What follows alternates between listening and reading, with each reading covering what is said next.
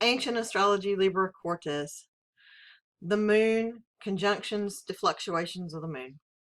If the moon is found in conjunction with Venus, on the ascendant or in the MC, she will make the natives famous, noble, wielders of great power.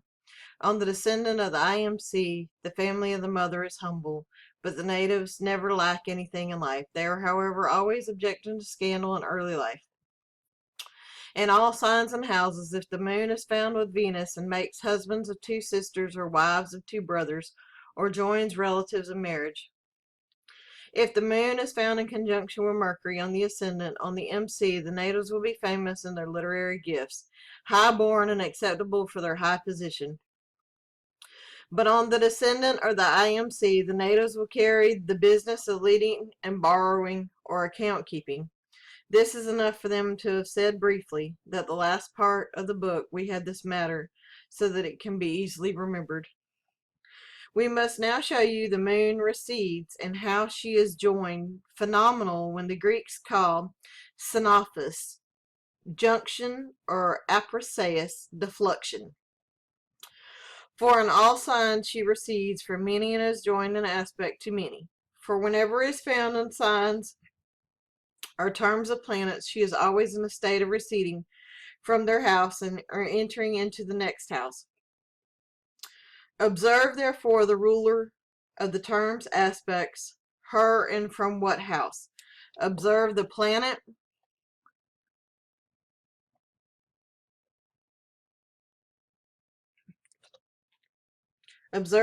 which sign she enters, in the third place, for that also has power in the forecast, and pass it on to the last degrees of that sign, so that you will be able to find everything which pertains to the moon's significance.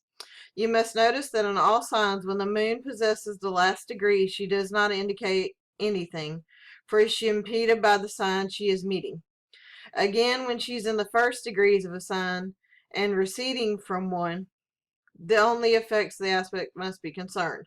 All the power in the sign has just passed through and left behind at a boundary in which the two signs, and another meeting is allocated in the first degree of the next sign.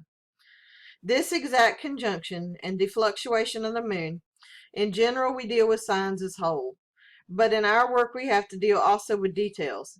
Therefore we insist again and again that whatever you draw upon